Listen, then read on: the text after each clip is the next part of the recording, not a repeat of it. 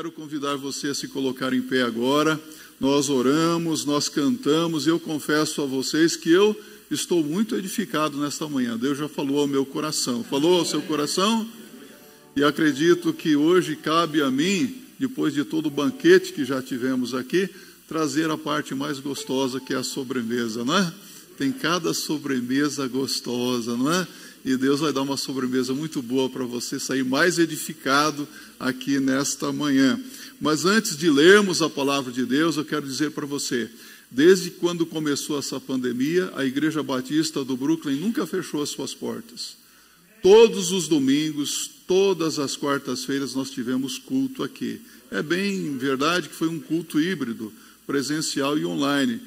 Presencial para aqueles que estavam presentes aqui. E nós manteremos as portas da Igreja Batista do Brooklyn aberta todos os dias aqui. Todos os dias os pastores, a equipe pastoral estará aqui para atender irmãos que precisam de apoio, de uma palavra de esperança, de perdão e de salvação. De segunda a segunda. É bem verdade que não teremos aquele culto coletivo como temos hoje aqui.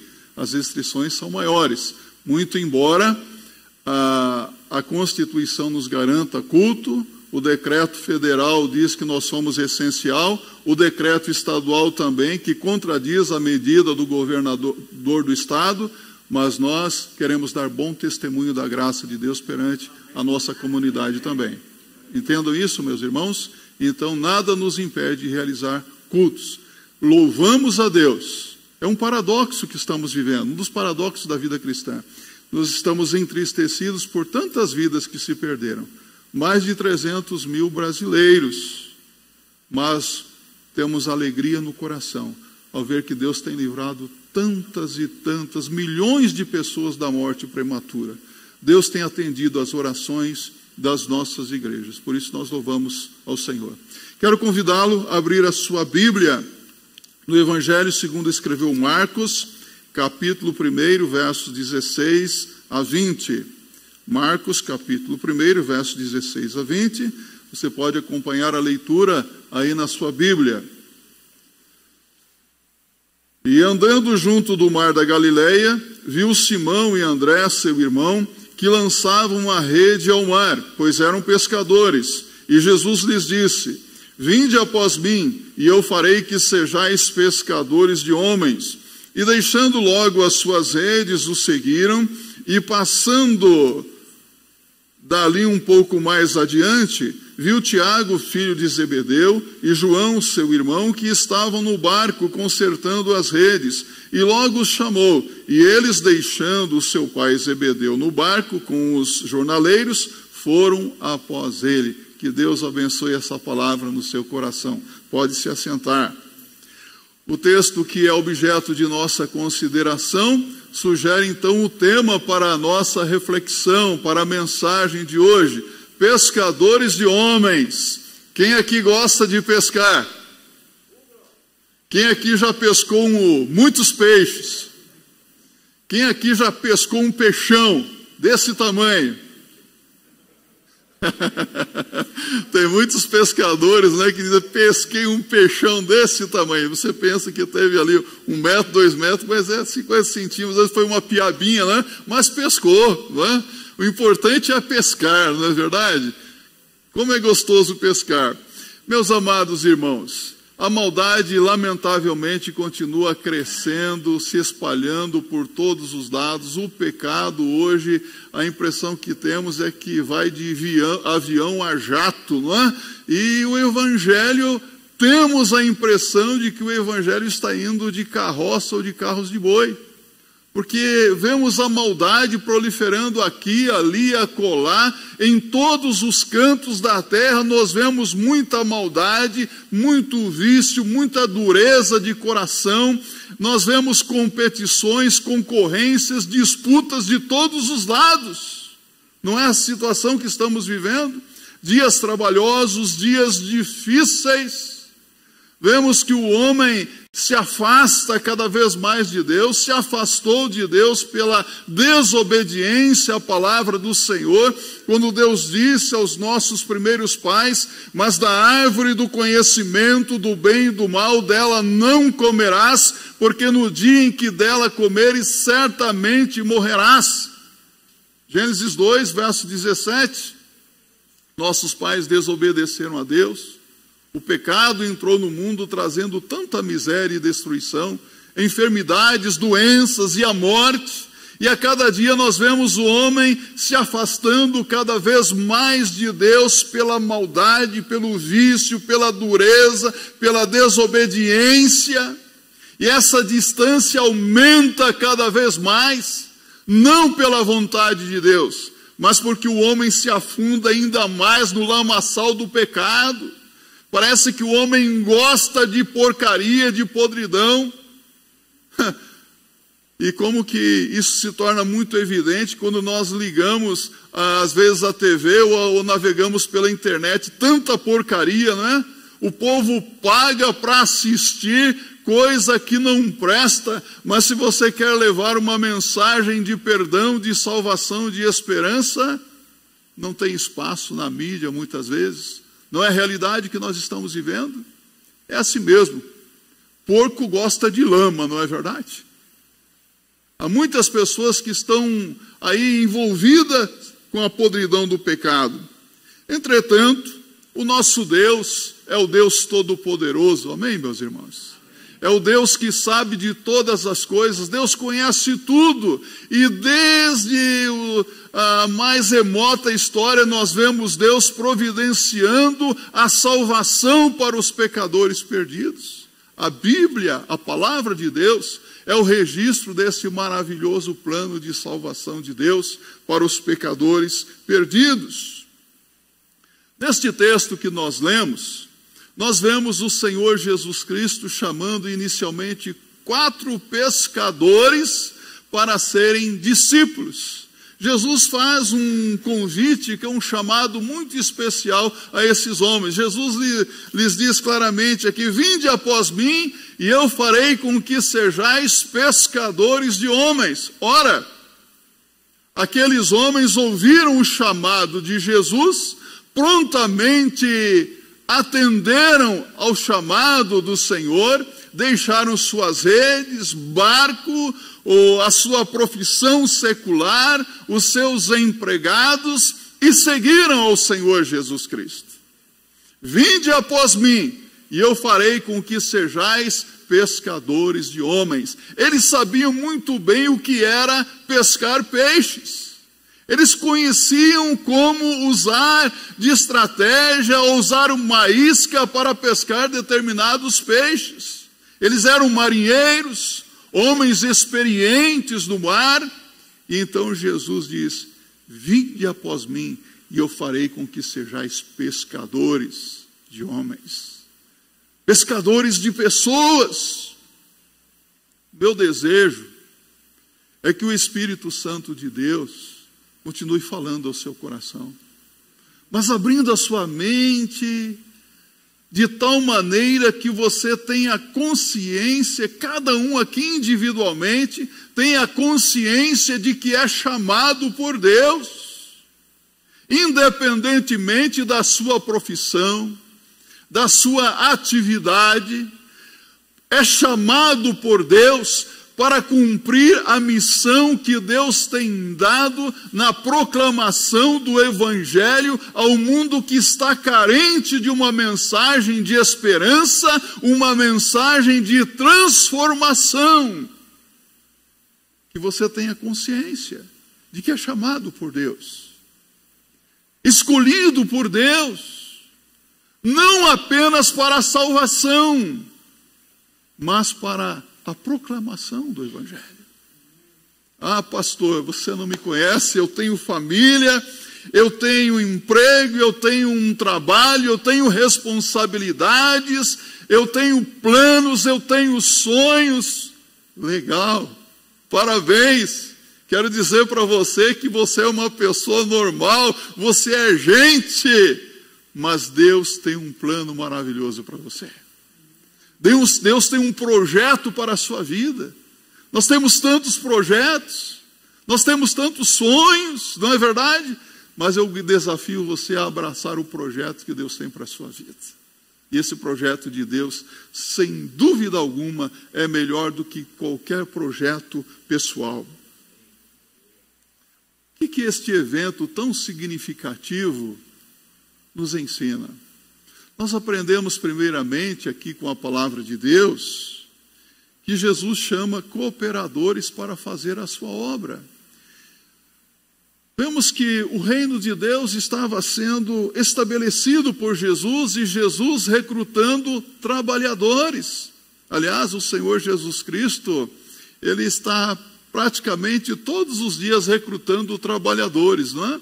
E exorta a igreja para que ore, para que mais trabalhadores sejam despertados. Ele diz: orai ao Senhor da seara para que envie mais trabalhadores para a sua seara, para que Deus desperte vocações no meio da sua igreja, no seio da sua igreja. Os que são chamados à salvação são também chamados para o discipulado, são chamados para aprender de Jesus. Veja que Jesus chama Pedro e André, chama Tiago e João, e chama para segui-los. Eles seriam treinados, eles seriam ensinados, eles seriam preparados, capacitados pelo Senhor Jesus Cristo para tão importante obra. Os que são chamados não significa que serão imediatamente enviados, são chamados para aprender de Jesus. Eles foram chamados para andar com Jesus por 3 anos e meio, mais ou menos, para ouvir os ensinamentos de Jesus, para ver o que Jesus fazia, para que pudessem ensinar e fazer como Jesus fez. Jesus disse que os seus discípulos fariam obras maiores do que aquelas que ele havia feito. E Jesus disse: eu fiz o que vi na casa do meu Pai. Eu quero dizer para você, e nós faremos o que aprendemos de Jesus. Os discípulos fizeram o que aprenderam do Senhor Jesus Cristo. Por isso é preciso observar o ensinamento do Senhor Jesus Cristo. Eles seriam treinados para serem pescadores de homens. É interessante que esses discípulos que andaram com Jesus por um bom tempo, quando presenciaram o que aconteceu com Jesus na cruz do Calvário, a morte de Jesus, eles ficaram tão decepcionados, frustrados, porque eles não tinham uma compreensão completa do plano de Deus, ficaram tão entristecidos, desencorajados, que a palavra de Deus nos diz que eles voltaram à sua antiga atividade, voltaram a pescar. Pedro disse: vou pescar, e os outros acompanharam Pedro. Se você abrir a sua Bíblia em Lucas capítulo 5, no verso 11, foi nessa ocasião que Jesus apareceu aos seus discípulos. E Pedro, quando tem uma experiência com o Cristo, ele então diz: Senhor, afasta-te de mim que sou pecador. Vamos dizer juntos? Senhor, afasta-te de mim que sou pecador. Sabe o que Pedro estava pedindo para Jesus? Senhor, desista de mim, chame uma pessoa mais adequada para tão grande missão. Pedro se sentiu inadequado, despreparado, ele sentiu que havia decepcionado ao Senhor. Mas eu pergunto para você, Jesus desistiu de Pedro? Jesus não desistiu de Pedro. Jesus não desiste de ninguém. Talvez você olhe para a sua vida e diz assim: eu sou tão limitado pessoalmente, eu tenho tantas dificuldades na minha vida, eu tenho enfermidades, eu tenho problemas. Ah, se você soubesse os meus problemas, eu já cometi tantos erros, tantas falhas na vida, eu já fracassei. Senhor, arrume uma pessoa melhor para te servir. Ouça o que eu vou dizer para você. Jesus não desiste de você. Jesus tem um plano maravilhoso para a sua vida. Jesus tem um projeto para a sua igreja, e esse projeto inclui você como membro do corpo de Cristo. Você não pode se esquecer disso. Jesus restaurou Pedro. Jesus perdoou Pedro. Pedro pôde então confessar não uma nem duas, mas 3 vezes que amava o Senhor Jesus Cristo. Jesus usa as coisas mais loucas desse mundo, não é verdade? Jesus usa pessoas fracas, pessoas que se colocam verdadeiramente nas suas mãos. Em segundo lugar, Jesus chama para o seu trabalho pessoas ocupadas. Jesus não chama pessoas ociosas, pessoas escolhidas por Deus para uma missão especial. Normalmente não são pessoas ociosas. Quando você olha para a Bíblia, o Antigo Testamento, você vê Moisés, por exemplo. Moisés estava pastoreando ovelhas junto ao Monte Sinai, está em Êxodo capítulo 3, de 1 a 14, quando foi chamado por Deus para libertar o seu povo Israel, que estava sofrendo debaixo dos açoites do faraó egípcio, não é verdade? Ele estava trabalhando. Aí você abre a sua Bíblia e você descobre que Gideão estava malhando trigo quando apareceu um anjo diante dele, o convocando para ser juiz de Israel. Está em Juízes capítulo 6, no verso 11.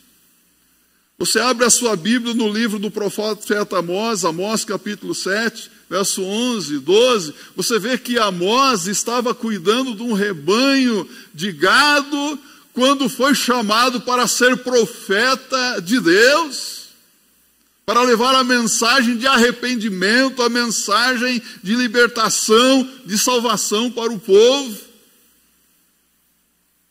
Quantas pessoas foram chamadas por Deus e estavam trabalhando?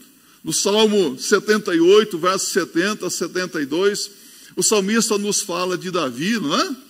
Davi estava cuidando do rebanho de ovelhas de seu pai quando foi chamado para ser o poderoso rei de Israel, para entrar no palácio real. Mas essas pessoas estavam ociosas? Essas pessoas estavam deitadas em berço esplêndido ou estavam realmente trabalhando, servindo a Deus? Deus só chama pessoas ocupadas, pessoas que sejam realmente dispostas e servindo ao Senhor. Jesus chamou os seus discípulos quando eles estavam consertando as suas redes rasgadas para pescar mais peixes, quando estavam lá consertando o barco, quando estavam pescando. Isso nos mostra que o Senhor chama pessoas ocupadas. Talvez você diga: eu sou muito ocupado, tenho muitas responsabilidades. Joia, você é a pessoa certa. O Senhor conta com você. Está trabalhando? Deus vai chamar, vai dar mais responsabilidade para você. Uma coisa que mais me impressiona na palavra de Deus é que o Senhor Jesus Cristo não era muito de elogiar as pessoas, não é? Já notou isso? Mas você olha na Bíblia: bom está, servo bom e fiel, foste fiel no muito, sobre o muito te colocarei. Foste fiel no muito, no pouco, no muito, sobre o muito te colocarei. Sabe como que o Senhor Jesus Cristo demonstrou amor por seus discípulos? Dando trabalho, dando cada vez mais trabalho para os seus discípulos, mostrando a sua confiança naqueles que o seguiam, naqueles que o obedeciam. Se você realmente ama Jesus, Ele vai te dar cada vez mais responsabilidades do seu reino, saiba disso. Em terceiro lugar, Jesus chama para o seu trabalho pessoas humildes, pessoas comuns. Quando Jesus foi chamar os seus discípulos, Ele não procurou entre os estudantes de teologia ali das escolas rabínicas. entre os mestres de Israel. Ele não chamou os seus discípulos dentre a elite sacerdotal, entre os religiosos da época. Jesus não chamou os seus discípulos também entre os abastados financeiramente. Jesus chamou os seus discípulos dentre os operários, os trabalhadores, os pescadores, entre os iletrados, pessoas comuns. Pessoas que aos olhos da sociedade da época eram tão insignificantes.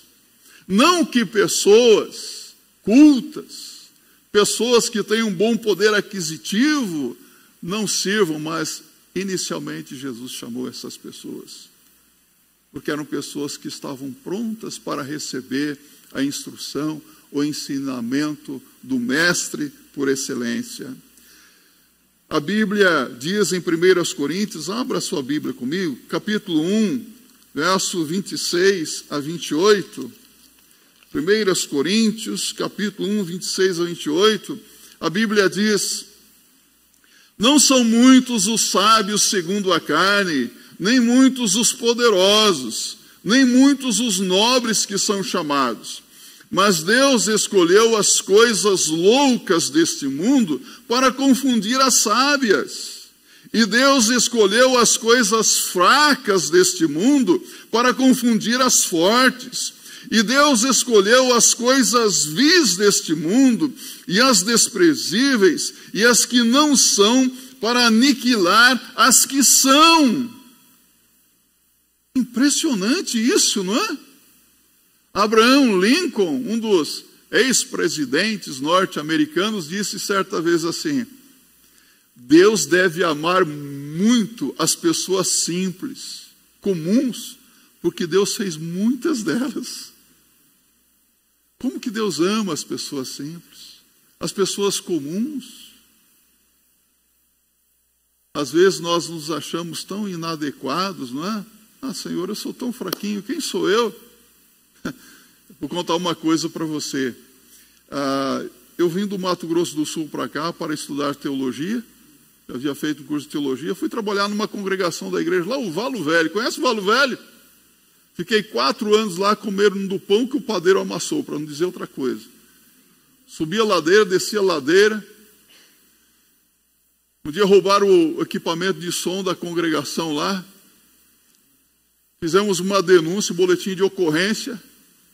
E o Manuelito foi lá para líder da gangue, que andava com hiena e com o caveira, amigãos nossos lá, né?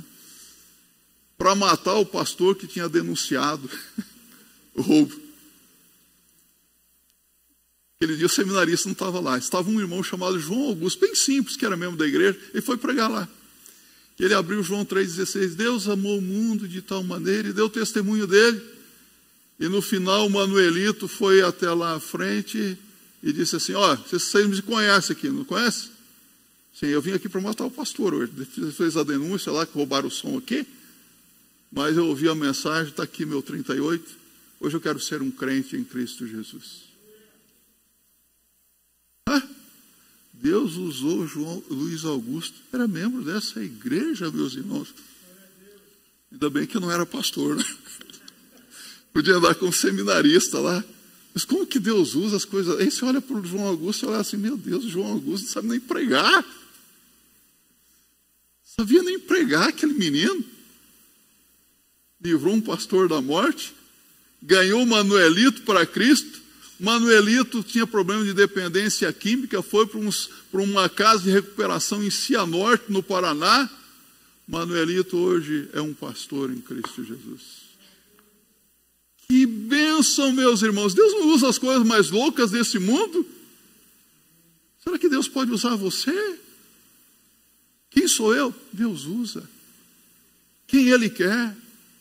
Não precisa ser pastor, não precisa ser teólogo, não precisa ser formado nisso e naquilo. É só necessário se colocar nas mãos de Deus com humildade, que Deus faz o melhor possível. A causa de nosso Senhor Jesus Cristo, ela avança no mundo.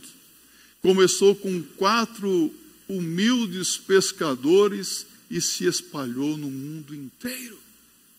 E eu vou dizer para você uma coisa: a obra de Cristo funciona de forma diferente.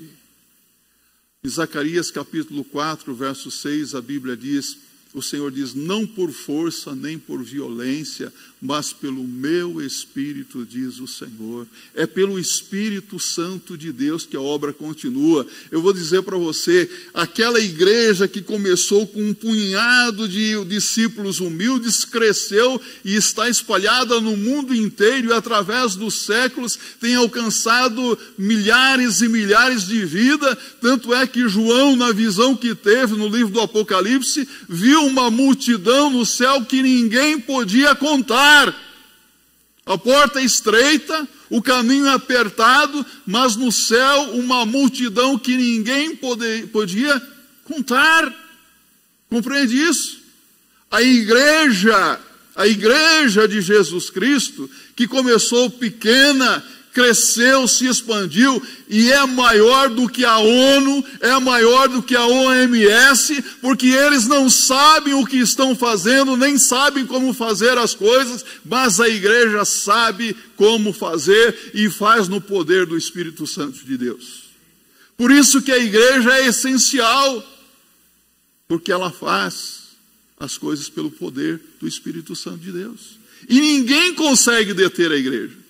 Ninguém vai conseguir barrar a igreja de Cristo. A igreja pode ser perseguida, sim. Já foi muito perseguida, mas jamais será vencida até o dia da volta de nosso Senhor e Salvador Jesus Cristo. Compreende isso? Então, por isso que a igreja nunca fechará suas portas. A igreja sempre avançará, porque é do Senhor. A obra é do Senhor Jesus Cristo. Então, o chamado de Jesus Cristo, meus irmãos, é um chamado especial. Jesus pesca esses homens para serem pescadores de almas, pescadores de vidas.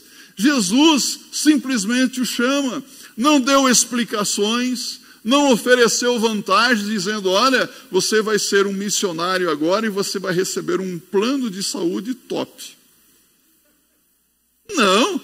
Não tem plano de saúde. Aliás, quem tem plano de saúde hoje também não está servindo para nada, né?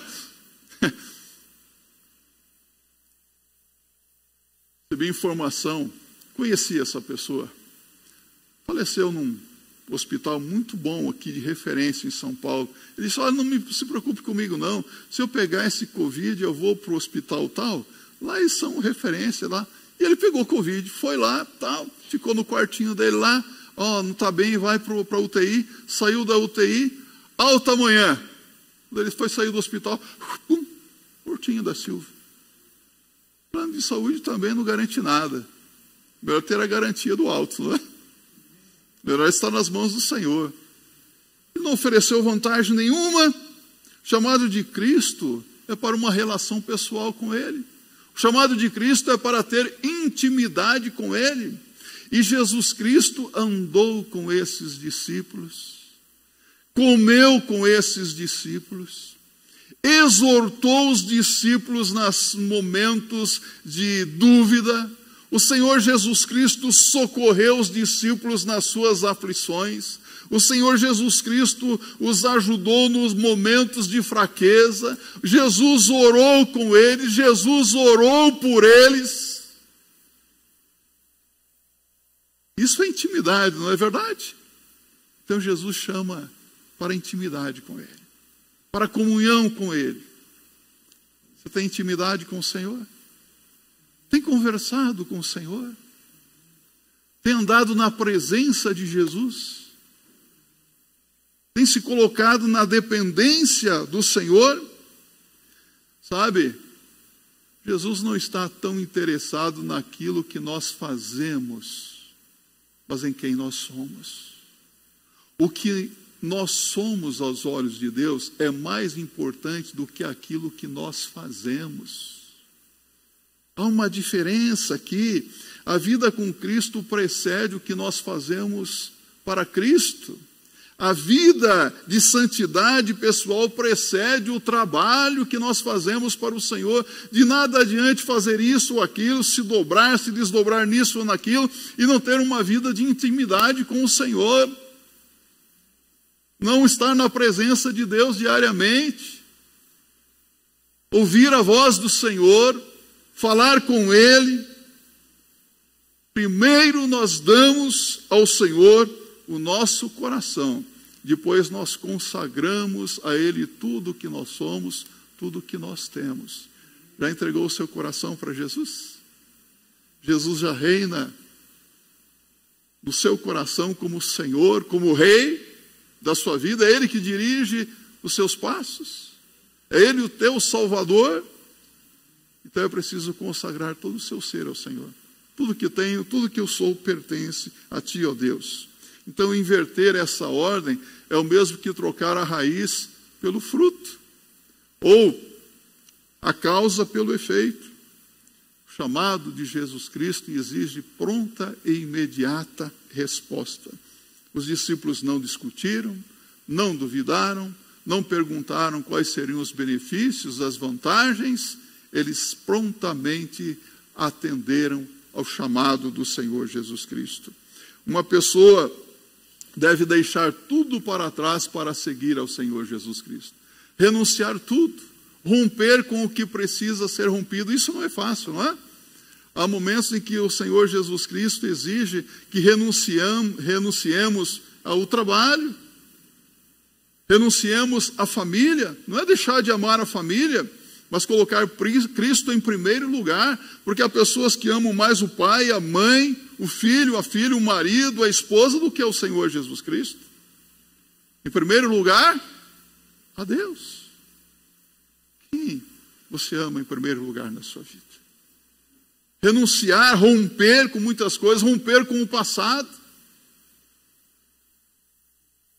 Na semana passada, eu até respondi porque eu li algo no Instagram lá, uma pessoa disse assim, ninguém pode mudar o passado. E eu com a minha boca grande, às vezes o dedo grande, né, já digitei, mas Jesus pode apagar o seu passado. Você não pode mudar o seu passado, mas Jesus pode apagar o seu passado. Pode restaurar a sua vida, abençoar toda a sua família. Ele pode fazer isso. Pode fazer o que ninguém mais pode. Esse é o chamado de Jesus Cristo. Uma pessoa deve romper com o passado. Há pessoas que não servem ao Senhor porque estão presas ao passado. O meu passado. Se você soubesse o que eu fiz no passado, se você soubesse de onde eu vim, se você conhecesse a minha família, se você soubesse da minha origem,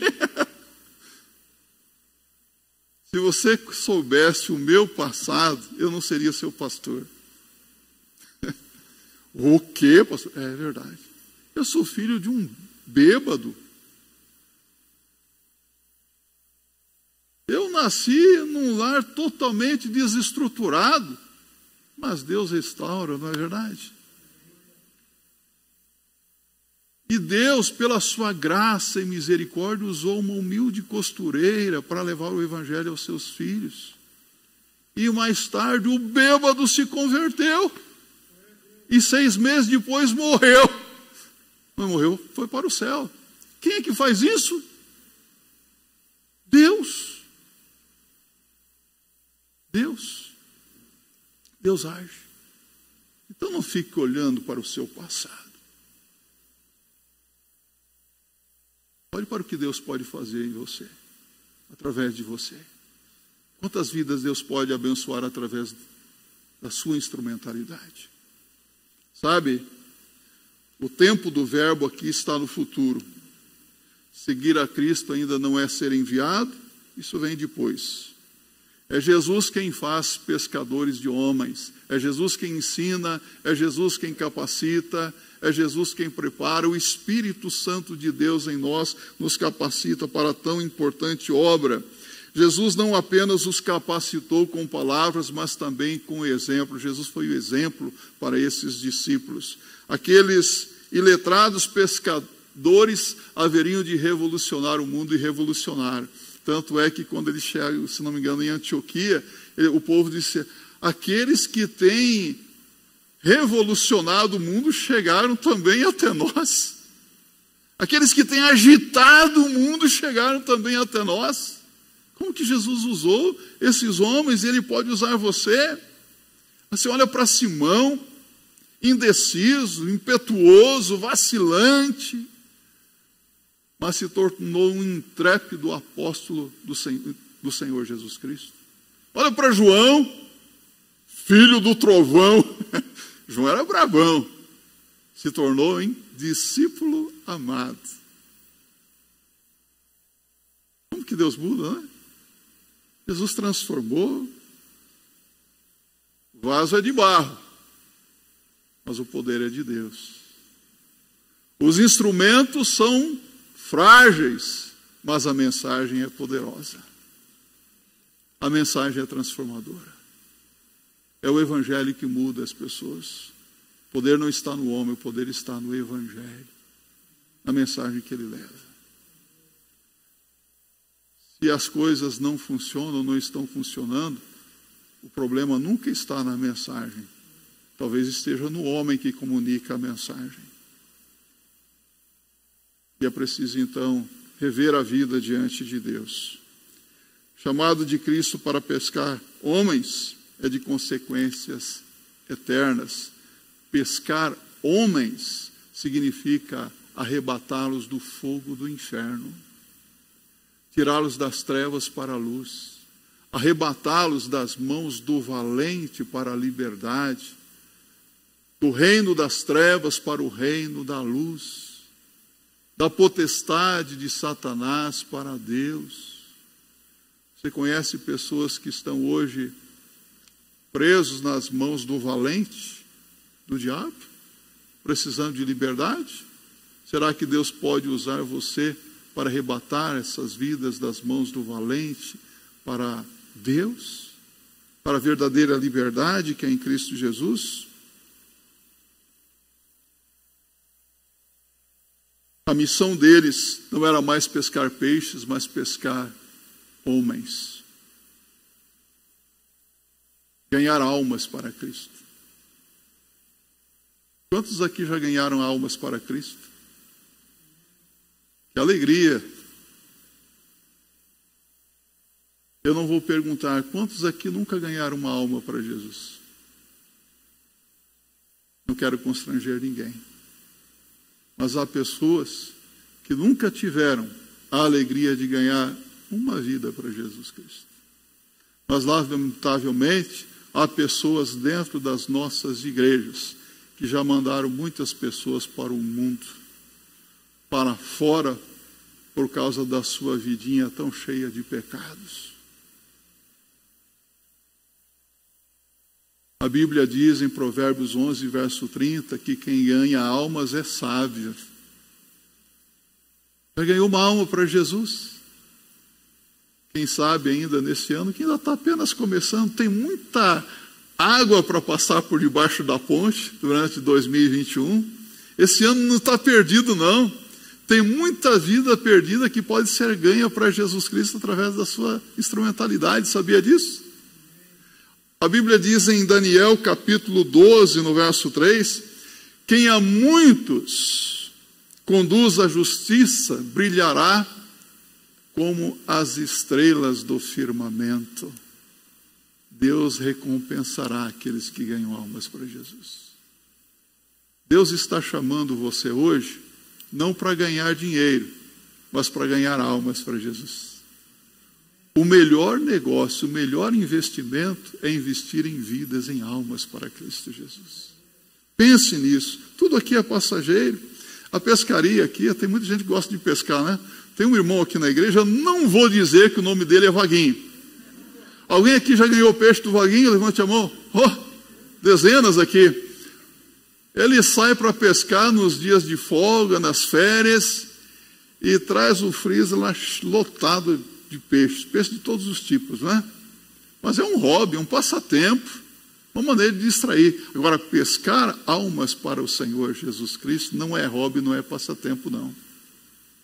É coisa séria. É um negócio sério. Deve ser um estilo de vida que deve ser feito todos os dias. Tem oportunidade? Jesus. Tem oportunidade? Mensagem das boas novas de esperança, de salvação.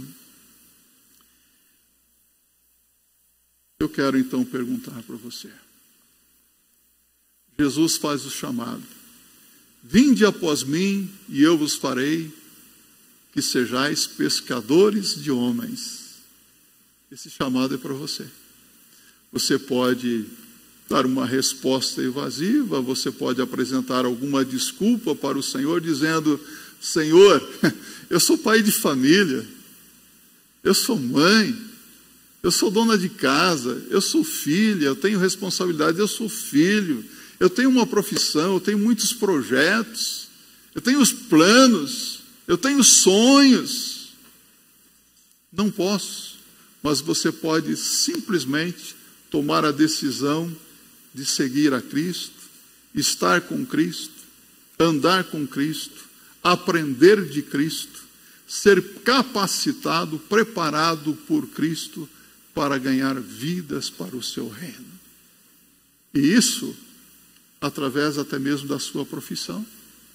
Você que é médico, você que é dentista, você que trabalha na área de TI, você que trabalha como pedreiro, como carpinteiro, como servente, Deus pode usar você. Você já notou que Jesus usou como gancho a profissão desses homens?